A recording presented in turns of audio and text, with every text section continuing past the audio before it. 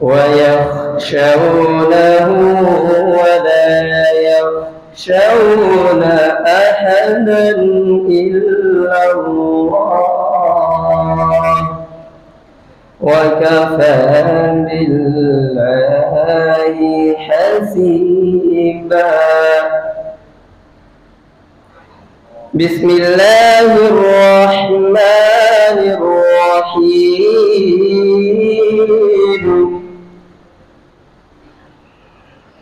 ما كان على النبي من حرج فيما فرض الله له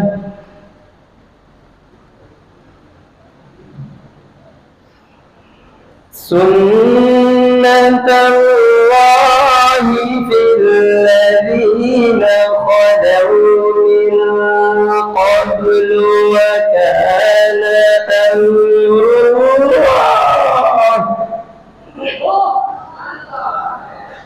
وكان أمر الله قدرا مقدورا.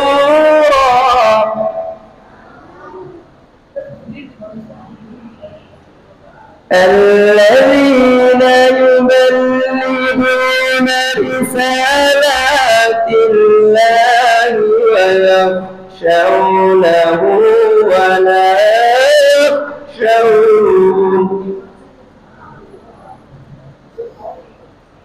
ويخشونه ولا يخشون أحدا إلا الله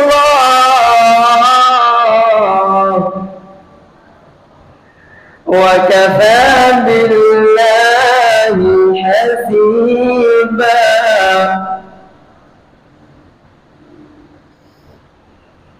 ما كان محمد أبا أحد من رجالكم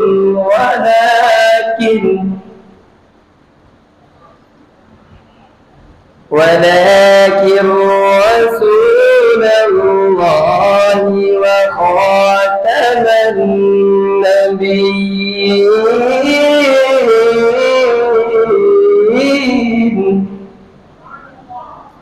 وكان الله بكل شيء عليما. وكان الله بكل شيء عليما. صدق الله العظيم. ماشاءاللہ سبحان اللہ. یہ بھی قاری محمد رضوان علی صاحب جو تلاوت کلام پاک سنا کر ہمارے قلوب و اذہان کو منور فرما رہے تھے. دعا ہے کہ اللہ تبارک و تعالی ان کی آواز میں مزید برکتیں عروسیں عطا فرمائے. اب میں نعت رسول مقبول صلی اللہ علیہ وسلم کے لیے ملتمس ہوں ثناءخوان مصطفیٰ محمد عابد صاحب سے کہ وہ آئیں اور نعت رسول پاک سنا کر ہمارے قلوب و اذہان کو منور فرمائیں. علیک یا رسول اللہ وسلم علیک یا حبیب اللہ. میں خود دیتے ہیں انداز حجابنا بے خود دیتے ہیں انداز حجابنا. دل میں تو رکھ لو دل میں تو رکھ لو اے جلوائی جانانا. دل میں تو رکھ لو بس کرنا اے چشم کریمانہ. نہ کرم کرنا اے چشم کریمانہ. جب جان لبوں پر ہو جب جان لبوں پر ہو تم سامنے آ جانا اور دل میں تجھے رکھ لو. ماشاءاللہ سبحان اللہ. یہ تھے جناب ثناءخوان مصطفیٰ محمد عابد صاحب جو نعت رسول مقبول سنا کر ہمارے قلوب و اذہان کو منور فرما رہے تھے. اب میں تقریر کے لیے ملتمس ہوں حضرت علامہ مولانا محمد نعیم صاحب سے کہ وہ آئیں اور اپنے خیالات کا اظہار فرمائیں. بسم اللہ الرحمن الرحیم. حامد و صلی علی رسولہ الکریم. اما بعد فاعوذ باللہ من الشیطان الرجیم. بسم اللہ الرحمن الرحیم. وأقيموا الصلاة وآتوا الزكاة. صدق الله العظيم. وبلغنا رسوله النبي الكريم الأمين ونحن على ذلك لمن الشاهدين والشاكرين والحمد لله رب العالمين. إن الله وملائكته يصلون على النبي يا أيها الذين آمنوا صلوا عليه وسلموا تسلیما. تمام حضرات میرے ساتھ مل کے درود پاک کا گانا پیش کریں. الصلاۃ والسلام علیک یا رسول اللہ وعلی آلک واصحابک یا رحمۃ للعالمین. اللہ تعالی جل جلالہ وعم نوالہ وعظم شانہ واتم برہانہ کی حمد و ثنا حضور پر نور شافع یوم النشور علیہ السلام دستغیر جہاں حامی بے کساں قائد المرسلین خاتم النبیین جناب احمد مجتبی حضرت محمد مصطفیٰ صلی اللہ علیہ وسلم کی بارگاہ کے اندر ہدیہ درود و سلام عرض کرنے کے بعد دعا ہے کہ اللہ رب العزت مجھے حق سچ بیان کرنے کی توفیق عطا فرمائے. حمد و ثنا کے بعد میرے نہایتی واجب الاحترام واجب القدر حضرت علامہ مولانا مفتی محمد طاہر رضوی صاحب اور میرے ہم سفر ساتھی السلام علیکم ورحمۃ اللہ وبرکاتہ. اللہ رب العزت نے اپنی لارحت کتاب کے اندر ارشاد فرمایا واقیموا الصلاۃ اور نماز قائم کرو. محترم اللہ رب العزت نے قرآن پاک میں نماز کا حکم دیا ہے. نماز فرض ہے. جو شخص نماز نہیں پڑھتا، حضرت ابن الحجر نے ایک کتاب لکھی ہے الزواجر، اس کے اندر یہ روایت لکھتے ہیں کہ جو شخص نماز نہیں پڑھتا یعنی نماز کو ترک کر دیتا ہے، نماز چھوڑ دیتا ہے، اس کو دنیا کے اندر بہت ساری رسوائیوں کا سامنا کرنا پڑتا ہے. نمبر 1 اس کی عمر میں برکت اٹھا لی جاتی ہے. نمبر 2 اس کے چہرے سے صالحین کا نور اتار دیا جاتا ہے. نمبر 3 اس کی کوئی دعا قبول نہیں ہوتی.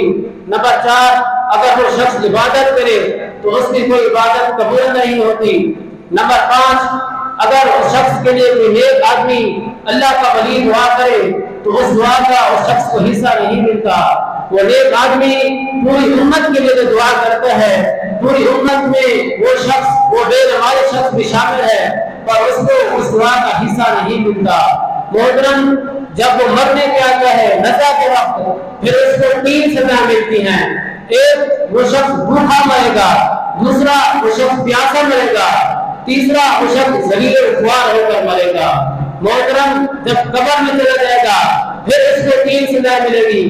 ایک تو اس کی قبر اتنی تنگ کر دی جائے گی تو اس کی ادھر کی پسیں ادھر ادھر ہو جائیں گی، اور دوسرا جو اللہ کے حضور نہیں جھکتا اس کی قبر میں آگ ڈالی جائے گی.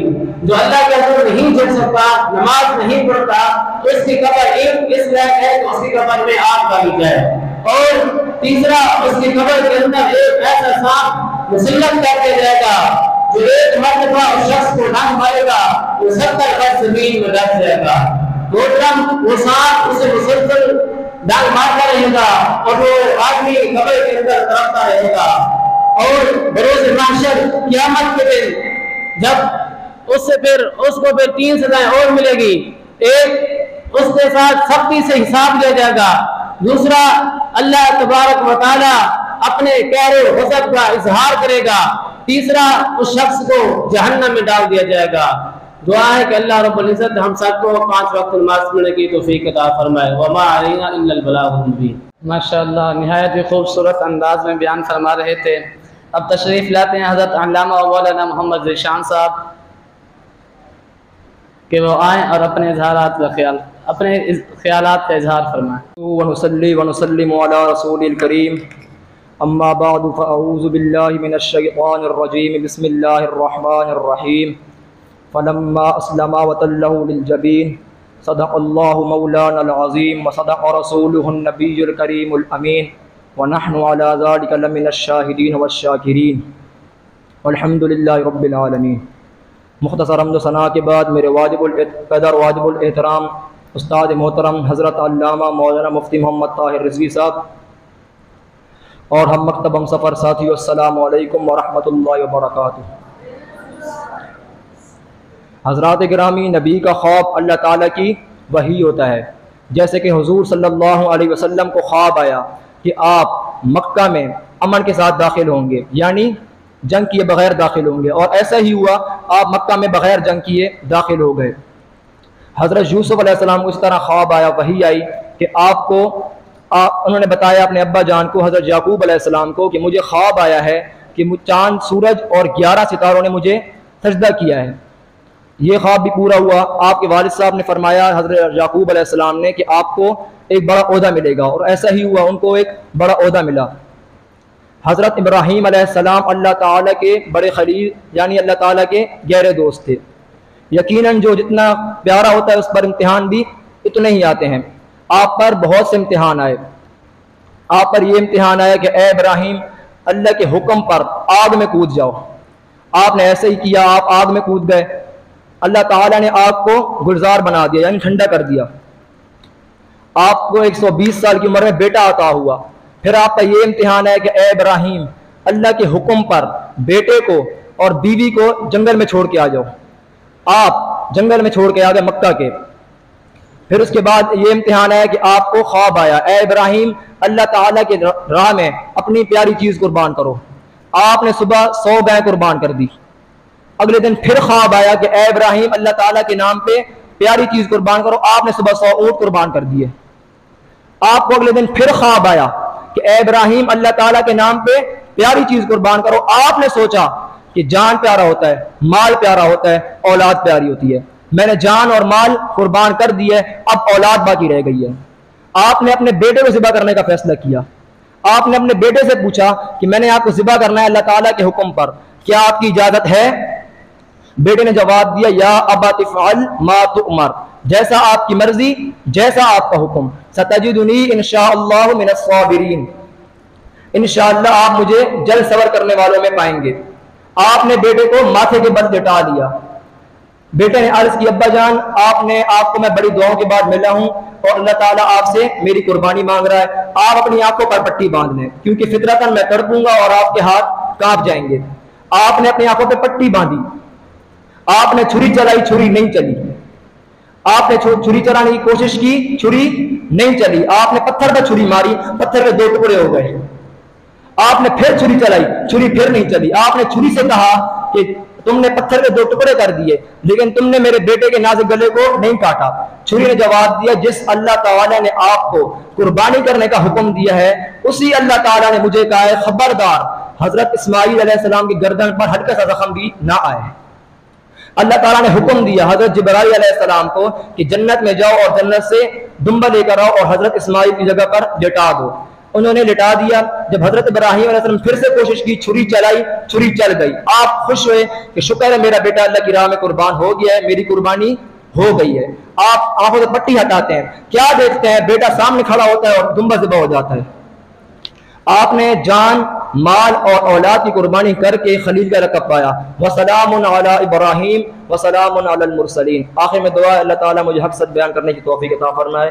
وآخر دعوانا الحمد۔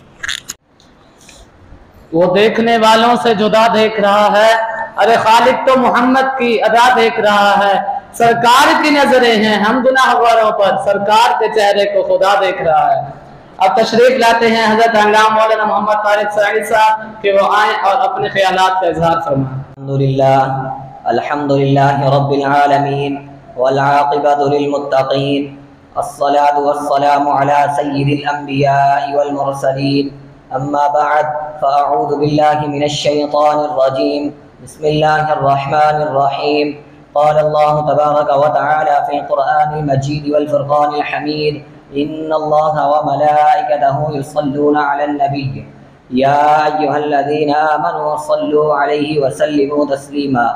اللہم صل علی سیدنا ومولانا محمد وعلی آل سیدنا ومولانا محمد وبارک وسلم وصل علیہ۔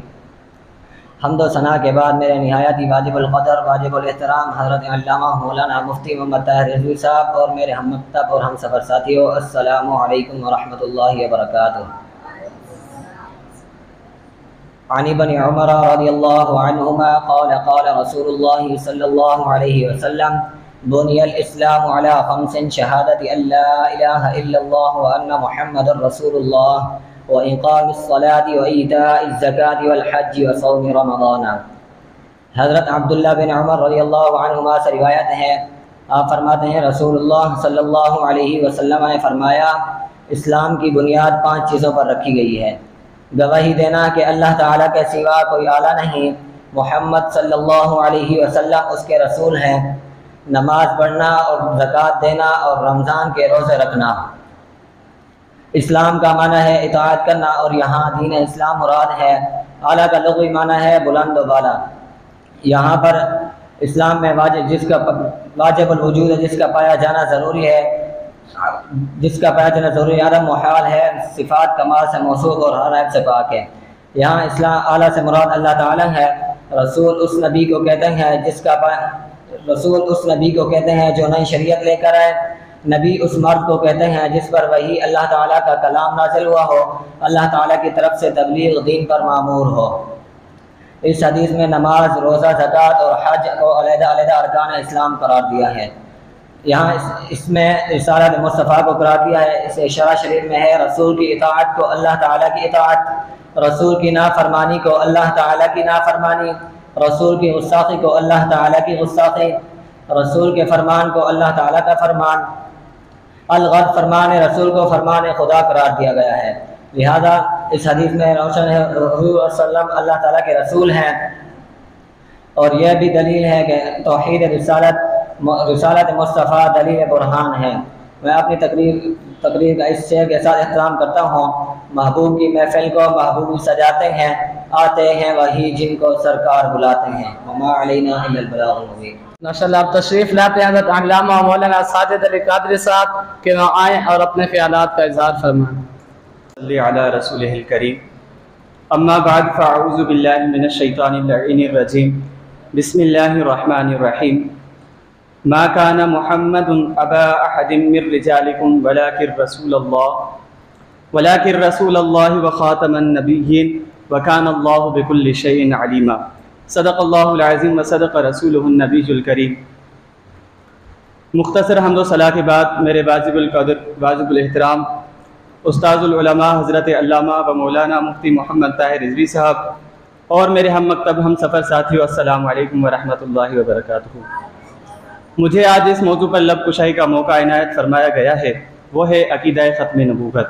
دعا ہے رب کائنات سے کہ مجھے حق سچ بیان کرنے کی توفیق عطا فرمائے، اور سب سے پہلے مجھے اور آپ سب کو اس پر عمل کرنے کی توفیق عطا فرمائے۔ اللہ تعالیٰ نے اپنی لارے بیعت کتاب میں ارشاد فرمایا ما کان محمد ابا احد من رجالکم، کہ نہیں ہے محمد عربی صلی اللہ علیہ وآلہ وسلم تم مردوں میں سے بالغ مردوں کے باپ۔ یہاں پر اللہ تعالیٰ نے اپنے حبیب کی ایک عجیب شان بیان فرمائی، اور جو میں نے لفظ بالغ استعمال کیا ہے بظاہر تو یہ پوری آیت میں موجود نہیں ہے، تو میں نے اس کا ترجمہ کہاں سے کیا؟ تو اس کا جواب یہ ہے کہ یہاں پر جو لفظ رجال استعمال ہوا ہے یہ جمع ہے رجل کی، اور رجل بالغ مرد کو کہتے ہیں۔ اللہ تعالیٰ نے آگے ارشاد فرمایا وَلَٰكِن رسول اللہ، اور لیکن وہ اللہ کے رسول ہیں۔ اس کا مطلب پتہ ہے کیا بنتا ہے؟ اس کا مطلب یہ ہے کہ وہ اللہ کے رسول ہیں، اللہ کے رسول کے بارے میں بکواس نہیں کرنی، اللہ کے رسول کے بارے میں خاموش رہنا ہے۔ اور آگے فرمایا وخاتم النبیین، اور وہ آخری نبی ہیں، ان کے بعد کوئی دوسرا نبی، کوئی نیا نبی آ سکتا نہیں۔ یہ اس آیت کریمہ کا مفہوم ہے اور ترجمہ ہے۔ آئیے حدیث پاک کا سہارا لیتے ہیں اور بات کو آگے بڑھاتے ہیں۔ حضرت انس بن مالک رضی اللہ تعالیٰ عنہ سے روایت فرماتے ہیں کہ رسول اللہ صلی اللہ علیہ وآلہ وسلم نے ارشاد فرمایا ان الرسالۃ والنبوۃ قد انقطعت، کہ بے شک رسالت اور نبوت ختم ہو گئی ہے، یعنی رسالت کا دروازہ بھی بند، نبوت کا دروازہ بھی بند۔ جب آپ نے یہ اعلان فرمایا تو ساتھ یہ الفاظ بھی فرمائے کہ فلا رسول بعدی ولا نبی، نہ میرے بعد کوئی نبی آئے گا نہ کوئی رسول آئے گا۔ اب سوال یہ ہوتا ہے کہ جب اللہ تعالیٰ جس نے انبیاء اور رسولوں کو بھیجا وہ خود فرما رہے ہیں کہ حضور علیہ الصلوۃ والسلام کے بعد نہ کوئی نبی آئے گا، جب حضور علیہ الصلوۃ والسلام خود فرما رہے ہیں جو رسول بن کر آئے ہیں جو نبی بن کر آئے ہیں وہ کہہ رہے ہیں کہ میرے بعد نہ کوئی رسول آئے گا نہ کوئی نبی آئے گا، تو سوال یہ ہے کہ قادیان کی گلی کا کتا کھڑا ہو کر یہ کیسے کہہ سکتا ہے کہ میں نبی ہوں؟ یعنی وہ قرآن کا بھی انکاری ہے اور حدیث کا بھی انکاری ہے۔ جو قرآن و حدیث کا انکاری ہو وہ مسلمان نہیں ہوتا، وہ کافر ہے کافر ہے کافر ہے۔ جب مرزا قادیانی کھڑا ہوا اور اس نے نبوت کا اعلان کیا تو ہمارے اسلاف نے بڑی قربانیاں دی ہیں۔ جب مرزا قادیانی نے پیر سید مہر علی شاہ رحمۃ اللہ تعالیٰ علیہ سے کہا کہ ہمیں ایک کمرے میں بند کر دیا جائے اور 1 ماہ کے بعد دروازہ کھولا جائے، جو زندہ نکلا وہ سچا ہوگا، جو مر گیا وہ جھوٹا ہوگا، تو پیر صاحب نے فرمایا نہیں یہ درست نہیں ہے، بلکہ قبر کھودی جائے، 2 قبریں کھودی جائے، ایک میں تجھے لٹایا جائے ایک میں مجھے لٹایا جائے اور 3 ماہ کے بعد قبر کھولی جائے، جو زندہ نکلا وہ سچا ہوگا، جو مر گیا وہ جھوٹا ہوگا۔ زندہ باد زندہ باد زندہ باد زندہ باد۔ توجہ، پھر میں کیوں نہ کہوں کہ کرو تیرے نام پہ جا فدا، نہ بس ایک جا 2 جہاں فدا، 2 جہاں سے بھی نہیں جی بھرا، کرو کیا کروڑوں جہاں نہیں، کرو کیا کروڑوں جہاں نہیں۔ تو اس مرزا قادیانی نے رائے فرار اختیار کی اور اس بغیرت کی میدان میں آنے کی جرت نہیں ہوئی۔ دیکھیے ہمارے اسلاف نے کتنی بڑی قربانیاں دی ہیں، لیکن ہم نے کیا کیا؟ ختم نبوت کے قانون پر ڈاکہ مارا گیا، ہم نے کیا کیا؟ ناموس رسالت پر ڈاکہ مارا گیا، ہم نے کیا کیا؟ فراز میں گستاخیاں کی گئی، ہم نے کیا کیا؟ حضور علیہ الصلوۃ والسلام کی تصویریں بنا دی گئیں، ہم نے کیا کیا؟ حضور علیہ الصلوۃ والسلام کے گھر کی فلمیں بنا دی گئیں، ہم نے کیا کیا؟ اس آسیہ ملعون کو پاکستان سے باہر بھیج دیا گیا، ہم نے کیا کیا؟ اور پھر آج اسلام آباد میں ایک ملعون عورت نے نبوت کا دعویٰ کیا۔ اٹھو مسلمانوں، میں تمہیں آج وہ راستہ بتانے لگا ہوں جو راستہ حضور علیہ الصلوۃ والسلام کا ہے، جو راستہ ابو بکر صدیق کا ہے، جو راستہ عمر فاروق کا ہے، جو راستہ عثمان غنی کا ہے، جو راستہ علی مرتضیٰ کا ہے، جو راستہ خالد بن ولید کا ہے، جو راستہ اہل سنت کا ہے، جو راستہ تمام اصحاب کا ہے، جو راستہ تمام اہل بیت کا ہے، جو راستہ تابعین کا ہے، جو راستہ تبع تابعین کا ہے، جو راستہ اہل سنت کا ہے۔ فرمایا وہ راستہ کون سا ہے؟ وہ راستہ یہ ہے کہ گستاخ رسول کی ایک سزا، گستاخ رسول کی ایک سزا، من سب نبیًا تاجدار ختم نبوت، تاجدار ختم نبوت۔ اور آخری بات اس شعر کے ساتھ میں ختم کرنا چاہتا ہوں کیونکہ ٹائم مختصر ہے، تو ایک آخری شعر اور میں اپنی بات کا اختتام اس شعر کے ساتھ کرنا چاہتا ہوں کہ کی محمد سے وفا تو نے تو ہم تیرے ہیں، کی محمد سے وفا تو نے تو ہم تیرے ہیں، یہ جہاں چیز ہے کیا لوح و قلم بھی تیرے ہیں۔